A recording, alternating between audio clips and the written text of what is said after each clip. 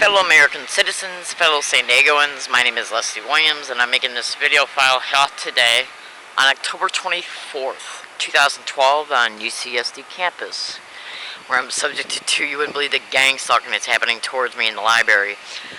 And they feel very confident that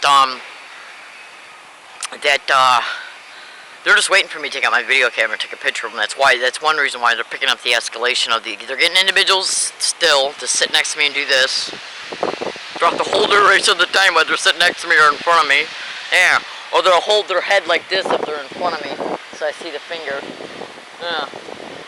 Or they'll sit next to me and constantly move their hands up by their face and take them back down. They're not even touching their head, they're just moving their hand back up, back and forth.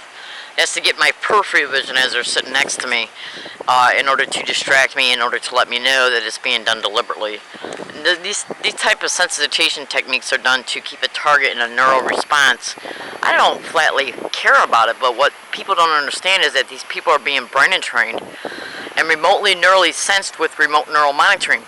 Right now in this backpack, I have a printout from a Cynthia McKinney. And Vic Livingston, no, it wasn't Vic, David, what was his name, Sheminsky? He does some journalist articles concerning different things. He's done many on gang stalking. And in this article, I'll put it in the comments feature of this YouTube video, and in this article, Cynthia McKinney, who used to be in charge of microwave weapons, or in that area, directly in that area, in reference to the technological capabilities that are directly connected to organized gang stalking expeditions, she said that it's actually the ones they're getting to harass that are being choreographed neurally, and they don't even know it. And so what I'll do is I'll attach the web address in the comments feature of this YouTube video for targets and for viewers to be able to scrutinize it. Your son and your daughter are literally being solicited to engage in organized gang stalking sensitization tactics towards a target, whether it be me or anybody else. And what's really happening as a result, is they're being neurally choreographed. Go to YouTube and type in Timothy W. Bioethics issues. He talks about brain entrainment and neurocognitive weapons. Well, one of the neurocognitive weapons is remote neural monitoring. They're monitoring you neurally from a remote distance in order to brain map you. Yeah. And you know, this comes to understand why they get these individuals too. That's part of the reason why we can understand why they get the individuals to engage in the physical gestures directly connected to organized gang stalking. Because whenever a person thinks to themselves, I'm going to lift up my left arm or my left hand, my right arm or my right hand, and do whatever with it, that's a motor cortex associated behavior. Then when they get them to engage in organized gang stalking direct conversation tactics, that's language. All of these things that I just described to you are different specific areas of the brain that they're mapping as a result of telling them what to do, how to do it, when to do it. Yeah. And then the get up and go, that's directly connected to how they have to walk to where a target's at to do it. And get up and go, the get up and go response, okay, which is a motor cortex associated behavior, is directly connected to remote neural monitoring. So this is what we have to understand here in these expeditions, is that it's not just the target that's being neurally mapped. You can only remotely neurally map a target one time, two times. You don't have to keep on doing it, even though we are continually manipulated, like with the artificial dreams. And that was actually the reason why I decided to make this video. If this video stops while I'm in the middle of talking, just look in the comments feature of this YouTube video for a continuation of it. Now, understand this and be clear. We all know, you can go to YouTube and type in Randy Quaid or Dennis Quaid. Yeah, it was Randy Quaid. He's being gang stalked in Hollywood. I read a Target's blog that used to work on the set of Oprah and Ellen DeGeneres. She's being subject to organized gang stalking expeditions. Organized gang stalking happens in Hollywood. Trust me, it does. Now, when we understand how the artificial dreams are made through very, very sophisticated movie-type productions and virtual reality. Now, this is what they do. They literally create a horrific, heinous, criminal dream for a target to experience in their video cortex. And then what they'll also do is take a target's voice print, like I'm talking to you right now, incorporate it within a software program. It's called voice morphing. And then insert that target's audio cortex in the dream.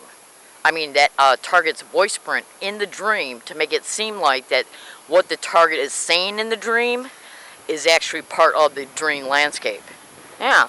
And this is where the artificial dream and the dream scenarios, how they're made through virtual reality and through Hollywood movie productions.